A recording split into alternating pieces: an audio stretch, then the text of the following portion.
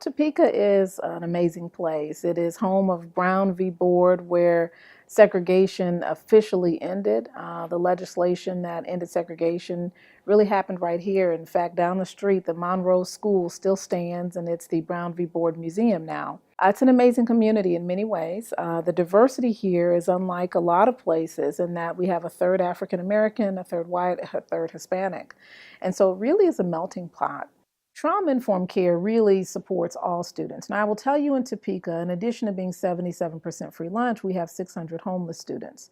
And so when you think about 14,000 students, 600 of which classify as homeless students, you really are talking about students who have a variety of adverse experiences that they come into school with. Those experiences can be everything from going without food or clothes, living in a car, the other kinds of things that high poverty families might experience, which could be a parent working 3 jobs, therefore children raising children. And so just a variety of issues can face young people. Now, when students come into classrooms, really, whether it's disengagement, volatile behavior, lack of interest in school, those are things that you might see.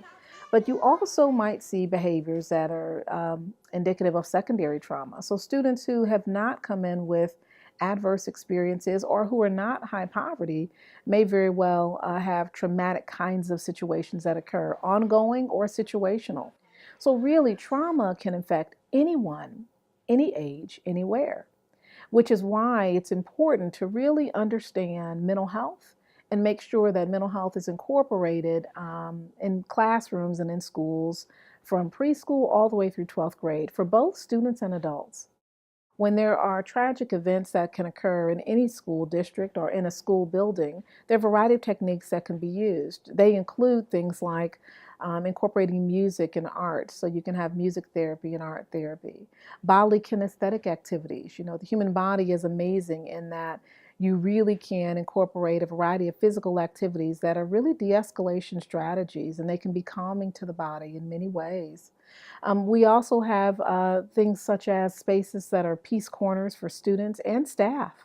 So just a variety of calming strategies that are strategically implemented to ensure our young people and our adults are in the best possible place to think and learn and listen and be productive in school.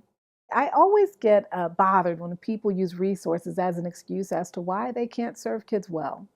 We can and must serve kids well, and resources cannot be an excuse as to why that doesn't happen. Many of the things that I've talked about as it relates to trauma-informed strategies don't cost a lot.